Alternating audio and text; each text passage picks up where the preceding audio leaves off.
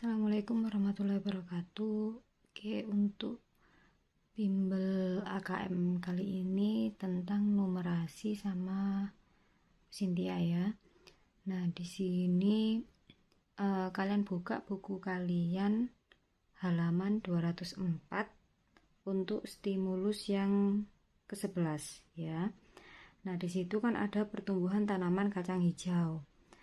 Kalau pada soal AKM numerasi menurut Bu Cynthia, jadi kita nggak perlu membaca soalnya terlalu detail.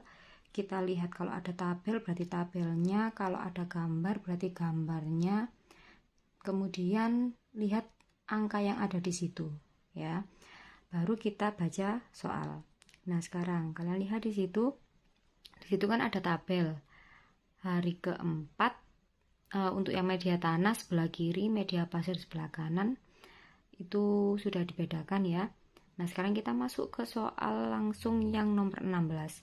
Berdasarkan stimulus 11, penambahan kecambah pada kedua media dibandingkan dengan banyaknya hari adalah, nah, di situ ada pilihan tak tentu, tetap atau konstan, berubah-berubah. Kemudian pada media tanah makin berkurang atau pada media pasir makin bertambah. Nah, untuk menentukannya kita kan nggak tahu apakah dia konstan ataukah tidak, kan nggak tahu. Kita hitung dulu ya dari hari ke harinya. Oke, di sini saya buatkan tabel yang baru. Ini tabel yang barunya. Kita lihat dulu. Untuk hari keempat itu kan jumlahnya tidak ada ya, jumlah kecambahnya. Kemudian hari ketujuh itu 2, hari ke-9 itu 6. Kita lihat dulu 2 ke 6, ini kan pertambahannya itu 4 ya, 2 ke 6 nambah 4. Kemudian hari ke-7 ke hari ke-9 itu kan jaraknya 2 hari, ada hari ke-8 kemudian hari ke-9. Nah, jaraknya 2 hari itu bertambah 4. Kalau jaraknya 1 hari, berarti dia nanti akan bertambah 2. Ya kan? Berarti di sini setelah 2, kalau dia hari ke-8, berarti dia nanti akan menjadi 4.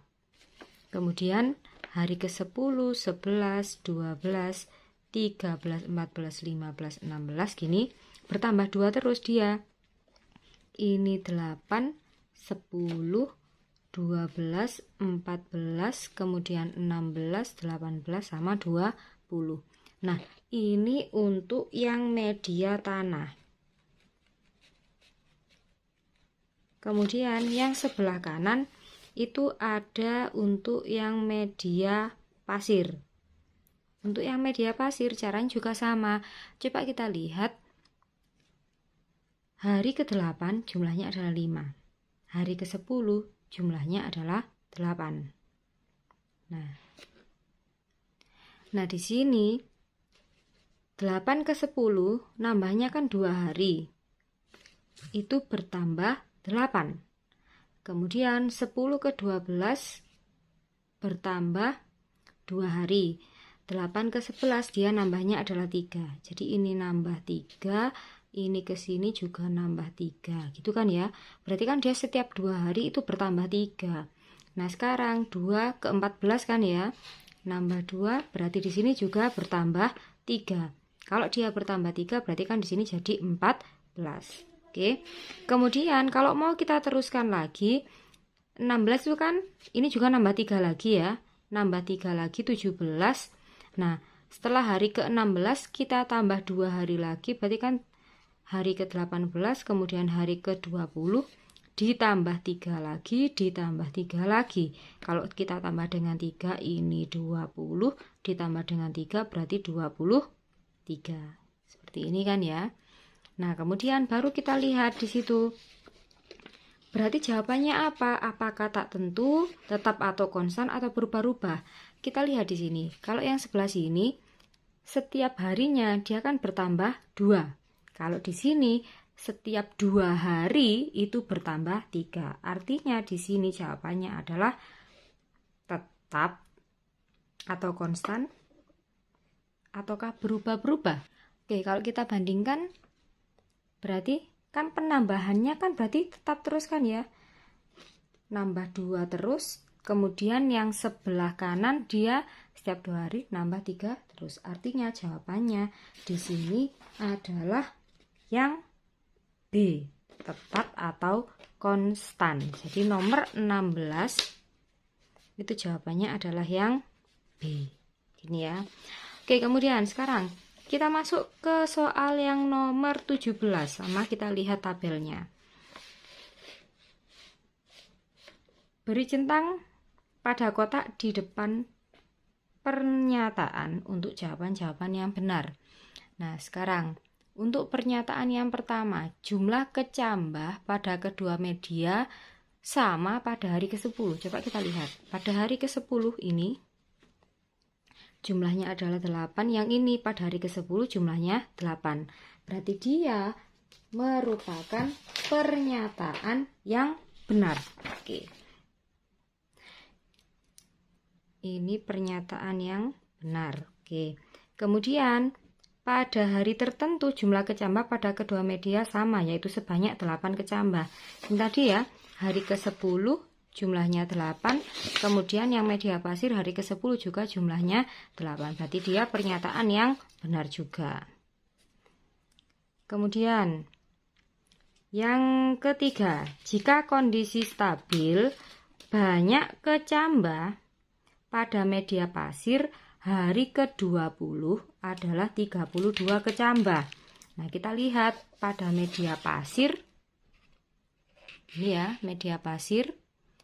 Hari ke-20 itu jumlahnya adalah 23 kan? Nah, di situ dia bilangnya adalah 32. Berarti itu pernyataan yang salah. Kemudian yang keempat, media tanah lebih subur daripada media pasir. Coba kita bandingkan. Ini media tanah. Pada saat hari ke-16 saja dia 20. Kalau media pasir pada saat hari ke-16 jumlahnya adalah 17. Kira-kira kalau kita bandingkan dari sini, lebih subur yang mana? Kan jumlahnya dia lebih banyak yang tanah. Karena dia lebih banyak yang tanah, artinya di sini lebih subur yang tanah. Oke. Nah, kita lihat pernyataannya lagi. Media tanah lebih subur daripada media pasir. Oke, benar ya berarti. Kemudian, yang kelima, jika kondisi stabil pada media tanah akan tumbuh 28 kecambah pada hari ke-20. Oke, pada hari ke-20. Berarti kan kita harus menghitung lagi. Ini dihitung lagi. Pada hari ke-17, 18, 19, kemudian 20. Nah, tadi kan setiap harinya bertambah 2. Berarti ini 22, 24, 26, 28. Benar ya? Pada hari ke-20 jumlahnya adalah 28. Oke, ini adalah pernyataan yang benar. Oke, selanjutnya stimulus ke-12, sistem mina padi. Sama seperti yang saya bilang tadi, langsung kita lihat saja pada tabelnya. Di sini ada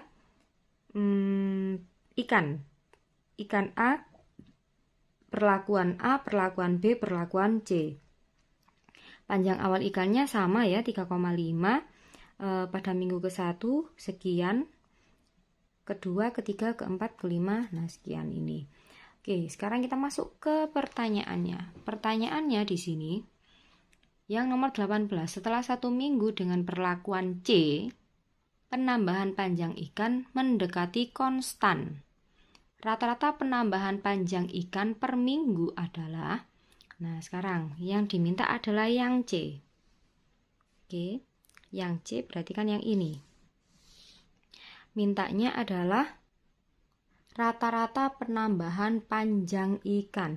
Kalau rata-rata penambahan panjang ikan, berarti di sini kita ambil untuk yang hari terakhir dikurangi dengan hari yang pertama dibagi dengan banyaknya hari itu tadi atau banyaknya ke harinya itu tadi ya.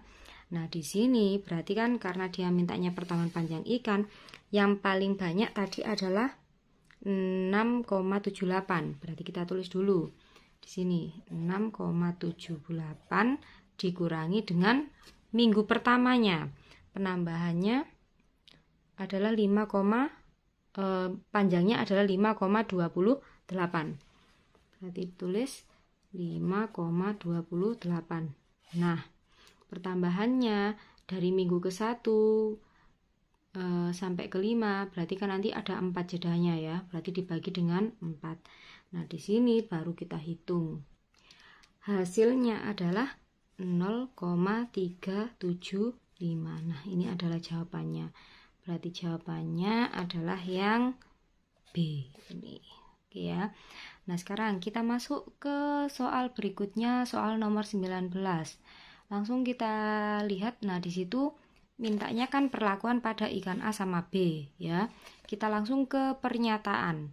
Pernyataan yang pertama. Nah, sudah saya tuliskan di sini untuk yang soal nomor 19. Pernyataan pertama. Beda barisan panjang ikan A adalah 0,3 cm. Sama seperti tadi, kalau kita mau mencari beda, kita lihat dari ukuran minggu ke-5 dikurangi minggu ke-1 dibagi dengan 4. Nah, di situ mintanya adalah yang ikan A. Ikan A ya.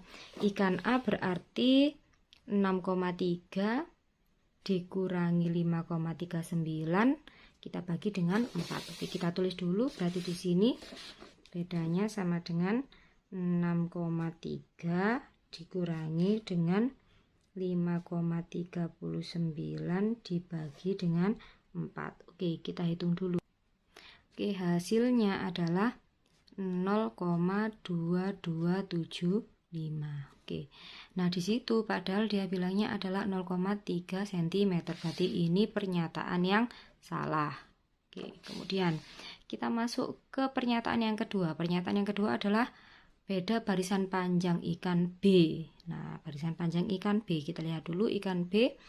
Berarti kan di situ bedanya nanti 6,42 dikurangi dengan 5,4 dibagi dengan 4. Gitu kan ya nanti.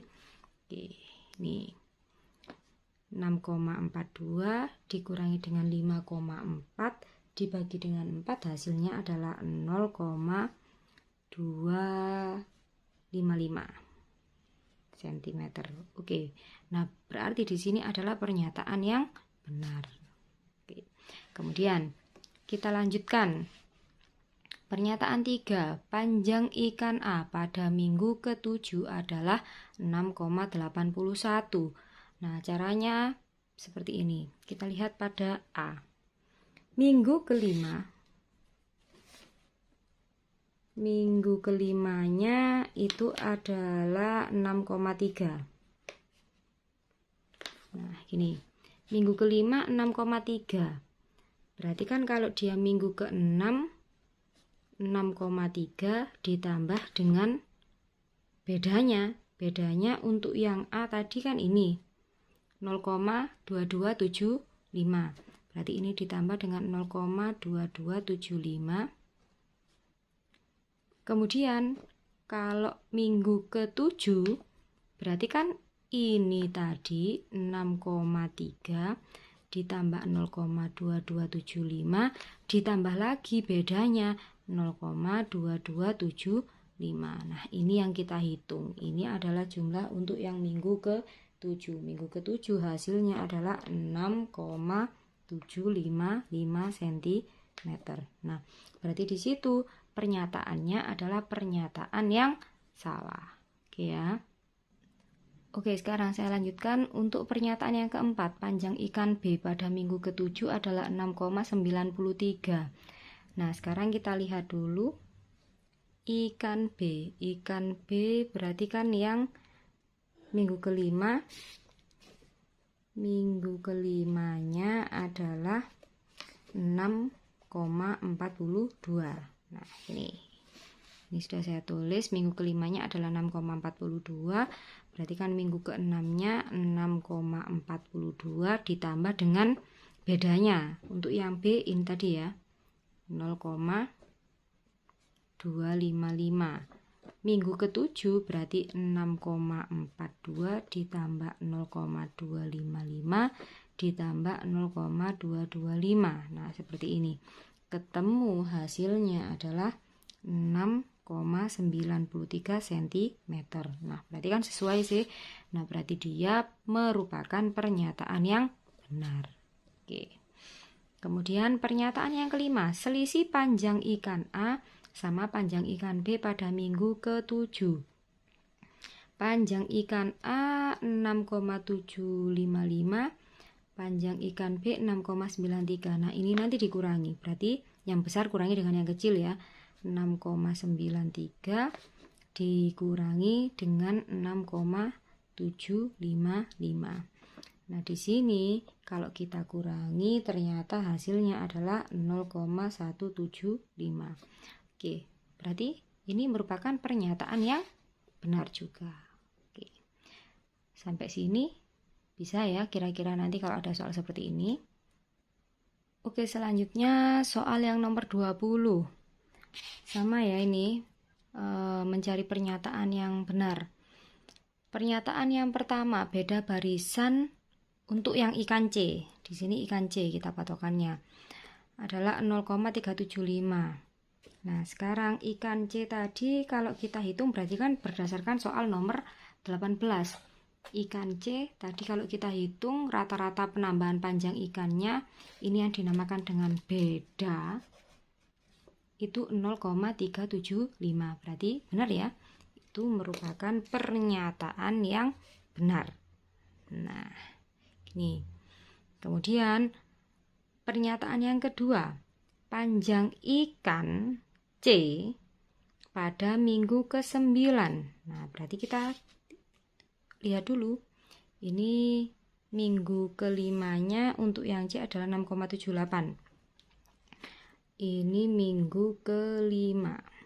6,78 berarti ke-6 6,78 ditambah dengan bedanya. Bedanya tadi adalah 0,375.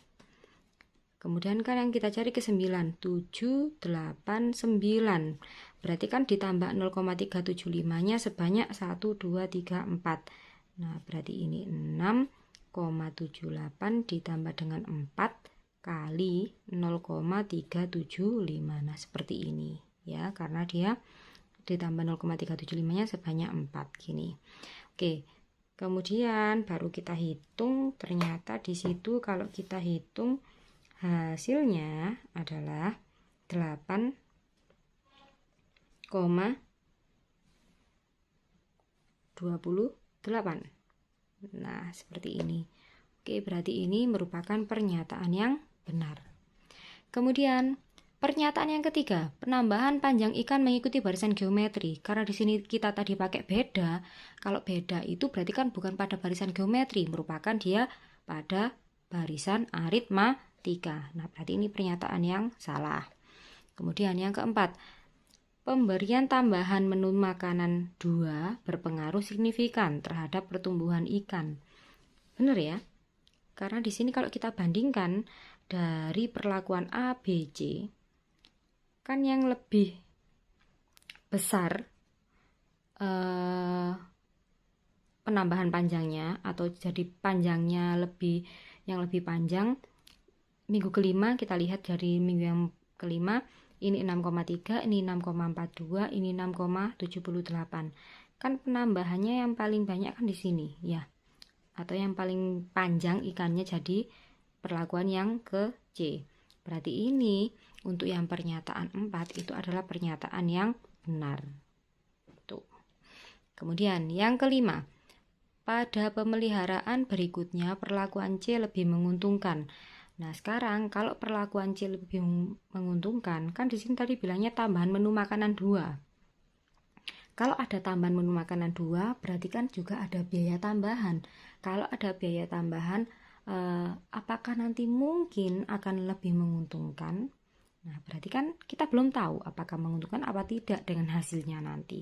Nah, berarti di sini bisa kita simpulkan untuk yang pernyataan 5 adalah pernyataan yang salah karena itu belum tentu menguntungkan gitu.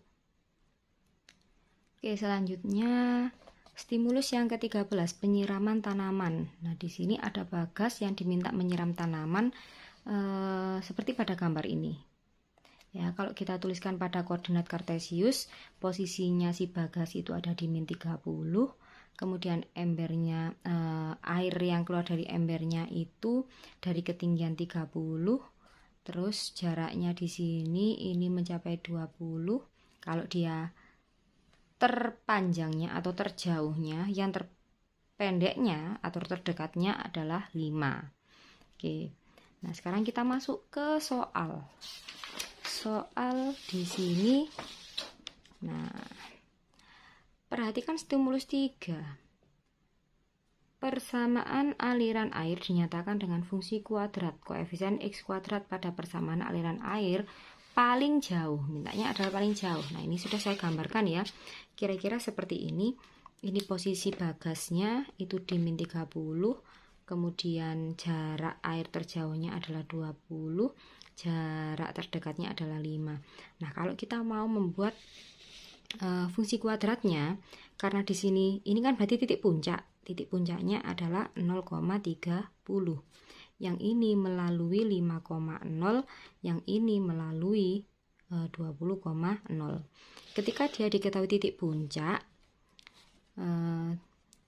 kalau dia diketahui titik puncak XP, YP, maka nanti persamaannya atau fungsi kuadratnya adalah Y sama dengan A kalikan dengan X dikurangi dengan XP kuadrat ditambah dengan YP. Nah, ini adalah rumusnya. Ini rumus.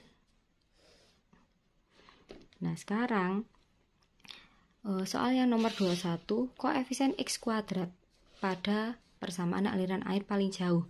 Berarti kita menggunakan titik yang 20,0 karena mintanya yang paling jauh. Kalau yang paling dekat berarti nanti yang 5,0 ya. Nah, kita masukkan ke situ. Kita tulis dulu ya. Y sama dengan A kalikan dengan X min XP kuadrat ditambah dengan YP. Puncaknya di sini adalah 0,30, ini XP, ini YP. Kalau kita substitusikan berarti Y sama dengan A kalikan X dikurangi XP, 30 kuadrat ditambah 0 ya. XP-nya adalah 0, YP-nya yang 30. Nah, seperti ini. Perhatikan Y sama dengan A X kuadrat ditambah dengan 30. Berarti kan kita butuh mencari A. Kalau kita mau mencari koefisien dari X kuadrat. Nah, untuk mencari A-nya kita menggunakan titik yang dilalui ini. Karena dia paling jauh berarti pakai yang 20,0. Melalui 20,0 ini nanti sebagai X sama sebagai Y akan kita substitusikan pada Y sama dengan AX kuadrat ditambah dengan 30. Y-nya diganti 0, ini A kalikan dengan 20 kuadrat tambah dengan 30. Ini nanti jadi 400A, ini ke sana min 30, berarti A-nya sama dengan 0 sama 0-nya ya. Berarti kan ini min 3/40. Kalau kita tuliskan berarti Y sama dengan min 3/40, A-nya diganti X kuadrat tambah dengan 30. Nah, ini adalah koefisien dari X kuadratnya. Nah, oke, sekarang kita lihat jawabannya. Di situ jawabannya min 3/40. Berarti jawabannya adalah yang B. Oke, kemudian sekarang kita lanjutkan ke soal yang nomor 22. Sudah saya tuliskan ya. Soal yang nomor 22 di situ pernyataan yang benar. Oke, kita lihat di sini. Koefisien X kuadrat pada fungsi aliran terdekat. Berarti kalau terdekat kita pakai yang 5,0. Rumusnya sama seperti ini tadi. Y sama dengan A kali X min XP kuadrat ditambah YP. Kemudian Y sama dengan A kalikan X min XP. XP-nya 0 kuadrat ditambah dengan YP-nya adalah 30. Y sama dengan AX kuadrat ditambah dengan 30. Nah, melalui, karena dia mintanya yang terdekat, kita pakai 5,0. Sebagai X sebagai Y, kita substitusikan ke Y sama dengan AX kuadrat tambah 30. 0 sama dengan A kali 5 kuadrat tambah 30. Ini berarti kan saya pindah ke sana min 30, ini 25A, berarti A sama dengan min 30 per 25. Kalau mau kalian sederhanakan nih, berarti A-nya ketemu min 6 per 5. Nah, berarti ini Y sama dengan min 6 per 5, X kuadrat ditambah dengan 30. Nah, koefisiennya berarti kan di sini min 6 per 5. Berarti ini pernyataannya adalah pernyataan yang salah karena ini min 5 per 6. Oke ya. Kemudian yang kedua, selisih koefisien X kuadrat pada aliran terdekat dan terjauh adalah 8 per 9. Yang namanya selisih itu nanti mutlak. Nilai mutlak, jadi nilainya selalu bernilai positif. Yang besar dikurangi dengan yang kecil. Kita lihat min 6 per 5 sama min 3 per 40. Yang lebih besar adalah min 3 per 40 ya, karena ini min 1, sekian, kalau ini min 0, sekian. Berarti kan yang terbesar adalah yang ini, min. Oke, ini tadi min 3 per 40 dikurangi min berarti plus ya, 6 per 5. Nah, kita hitung di sini, kita samakan penyebutnya 40. Ini dapat min 3, 40 bagi ini dapat 8, 8 kalikan itu hasilnya adalah 48. Nah, seperti ini. Kalau kita hitung, berarti kan ini 45 per 40. 45 per 40 kalau kita sederhanakan sama-sama bisa dibagi dengan 5, hasilnya adalah 9 per 8. Nah, di sini 8 per 9, berarti dia pernyataan yang salah juga ya. Kemudian yang ketiga, yang C, fungsi dari masing-masing aliran air mempunyai konstanta yang berbeda. Konstanta itu yang mana sih konstanta? Konstanta itu ini loh. Ini konstantanya, ini konstantanya. Ini untuk yang terjauh. Ya. Ini untuk yang terjauh, ini untuk yang terdekat. Konstantanya apakah dia berbeda? Tadi kan bilangnya berbeda.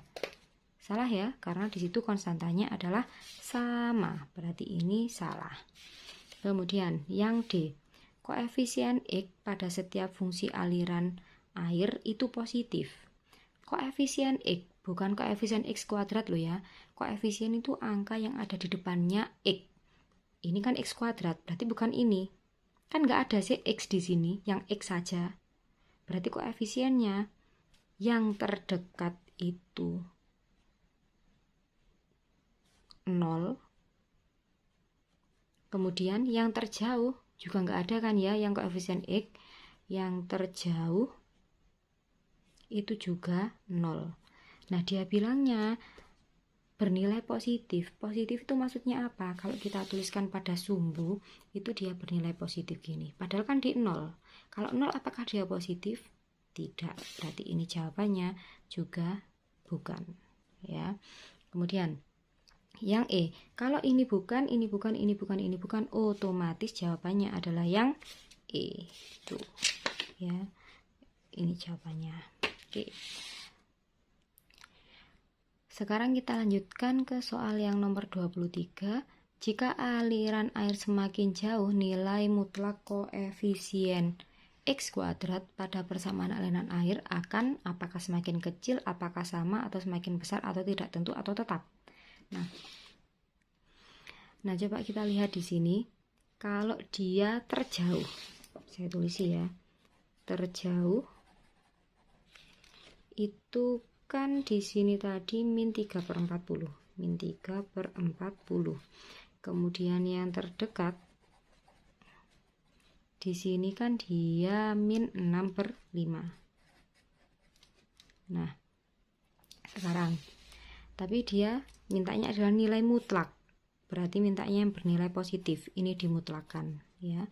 Hasilnya adalah 3 per 40, yang ini hasilnya adalah 6 per 5. 3 dibagi 40 kan 0, sekian. Kalau 6 dibagi 5 hasilnya adalah 1, sekian. Nah, kira-kira kalau dia aliran air semakin jauh ini, apakah dia semakin besar ataukah semakin kecil, ataukah tetap ataukah sama. Nah, lek terjauh ini kan 0, kalau terdekat itu 1, berarti kalau dia terjauh lagi berarti kan dia akan semakin kecil lagi ya. Berarti jawabannya adalah yang semakin kecil. Alasannya apa? Ya ini tadi alasannya. Oke ya. Oke, sampai sini saya akhiri dulu. Terima kasih. Assalamualaikum warahmatullahi wabarakatuh.